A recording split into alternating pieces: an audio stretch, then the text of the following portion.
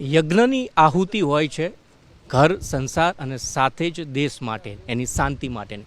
પણ ક્યારે આપણે એવો વિચાર કર્યો છે કે પ્રકૃતિ અને પર્યાવરણને આપણે આહુતિ શું આપી શકીએ?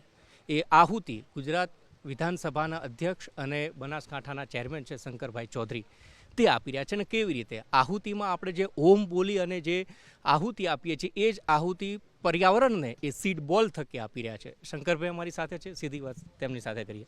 સાહેબ, અત્યારના જમાનામાં કોન્ક્રીટનું જંગલ એ છાંયો ચોક્કસથી આપે છે પણ ઠંડક નથી આપતું. અને મને એવું લાગે છે કે 6 વર્ષની મહેનત આપ અરવલ્લી અને બનાસકાંઠા જિલ્લાને ફરીથી લીલુંછમ કરીને જમશો.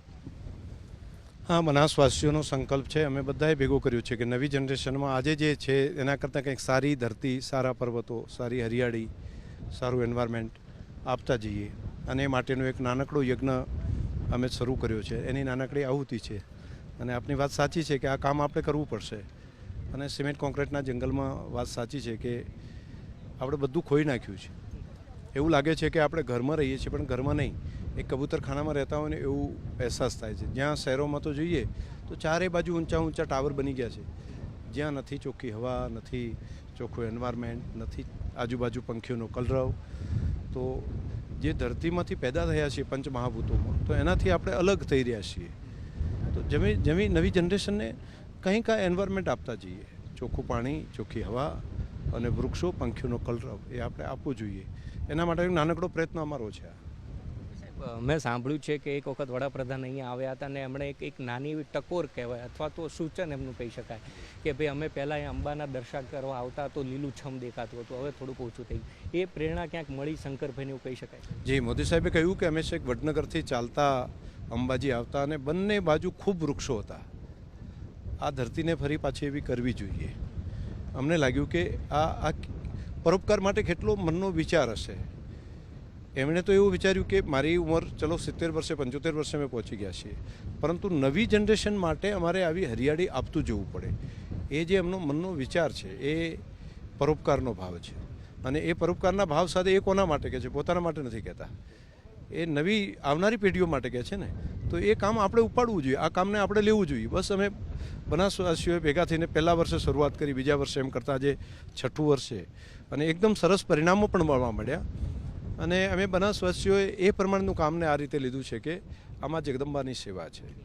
અને જે રીતે માની મૂર્તિ ઉપર ચૂંદડી ઓઢાડે ને હરિયાળી, બસ આ પર્વતો ઉપર પણ એક હરિયાળી ચૂંદડી ઓઢાડવાનું કામ એના માટે નિમિત્ત બન્યા છીએ. ઉગાડવાનું કામ તો પ્રકૃતિ કરે છે, અમે તો બીજ પહોંચાડી અને એક વાવવા માટેનું કામ કરી રહ્યા છીએ. એને ઉગાડીને મોટું કરવાનું કામ તો પ્રકૃતિ કરશે અને કરી રહી છે. તમે જોશો જેસોરનો પર્વત એકદમ હરિયાળો થવા માંડ્યો. હવે ગબ્બરની આજુબાજુ પણ ગ્રીનરી થવા માંડી છે, એકદમ સરસ થયું છે.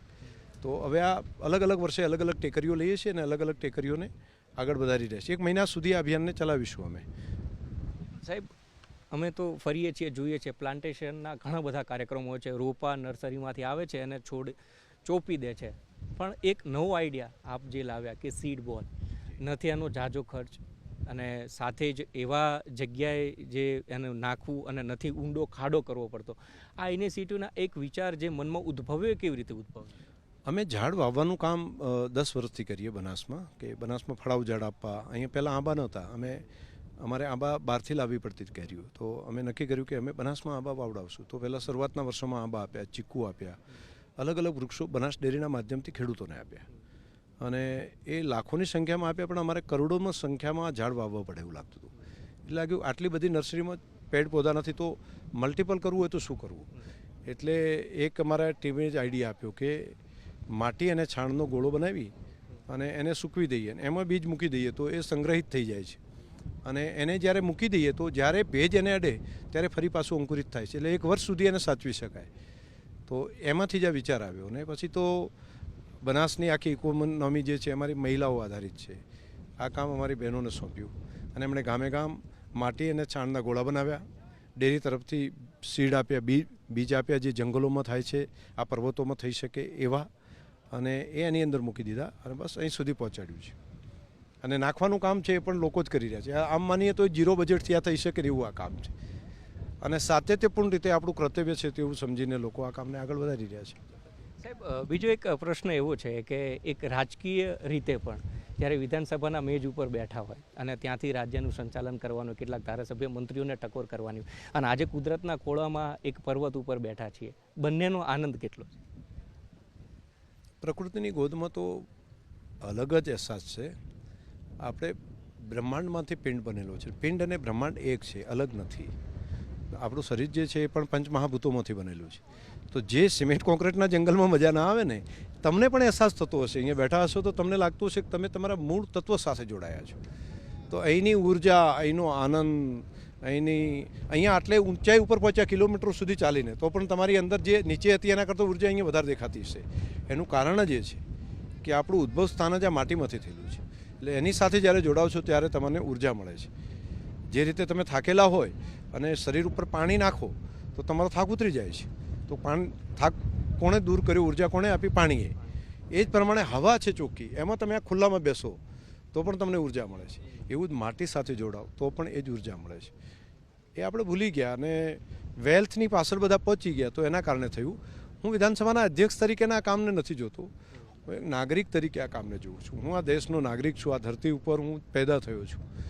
તો જેવી ધરતી છે, મારી આંખો જ્યારે આ પૃથ્વી ઉપરથી બંધ થાય, હું આ ધરતી ઉપર ન હોઉં ત્યારે આજે હતી એના કરતાં સારી ધરતી બનાવવા માટેનું કામ મારે કરવું જોઈએ. આવું દરેક નાગરિકને પોતાનો મનોમન નક્કી કરવું જોઈએ. હું એના કરતાં કંઈક સારું કરતો જઈશ. અને માત્ર ફરિયાદો કર્યા કરીએ, બધું કામ સરકાર કરે એવું નહીં. આપણે પણ કંઈક કામ કરીએ ને. અને બોલ્યા જ કરીએ, અંધેરા ઘના હે, અંધેરા ઘના હે, લેકિન દીપ જલાના કહાં મના હે. એક નાનકડા ખૂણામાં તો આપણે દીપ જલાવી દઈએ, ત્યાં તો કરીએ. અમે આ એક નાનું ખિસકોલી જેવું કામ કરીએ છીએ. આના કારણે કેટલું થઈ જશે, શું થશે, મને ખબર નથી, પણ કંઈક શરૂઆત તો અમે કરીએ. અને બસ એક શરૂઆત કરી છે. થોડા લોકો ગયા હતા, આજે હજારોની સંખ્યામાં જોડાયા છીએ. આ મહિનો થઈને લાખો લોકો પર્વતો ઉપર ચડશે. બસ એક સમય એવો આવશે, કરોડો લોકો આ કામમાં જોડાશે અને ધીરે ધીરે આપણી માતૃભૂમિ, આપણી ધરતી માતાને આપણે હરિયાળી કરી શકશું. બાબર સાહેબ, અમારી સાથે સંવાદ કરવા માટે. મનુષ્ય બન્યો છું તો કંઈક સારું કરીને જવું છે, બસ ખાલી કંઈક કરી અને કંઈક છૂટીને નથી, પણ કંઈક મૂકીને જવું છે. એ ભાવના સાથે વિધાનસભાના અધ્યક્ષ નહીં, પરંતુ એક સામાન્ય નાગરિક બની જેમણે પ્રકૃતિનું જતન કરવાની નેમ લીધી છે.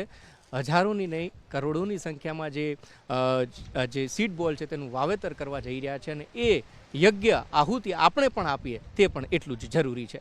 કેમેરા પર્સન વિકી ઠાકોર સાથે ઉમંગ રાવલ, ગુજરાત ફર્સ્ટ, પંછા, બનાસકાંઠા.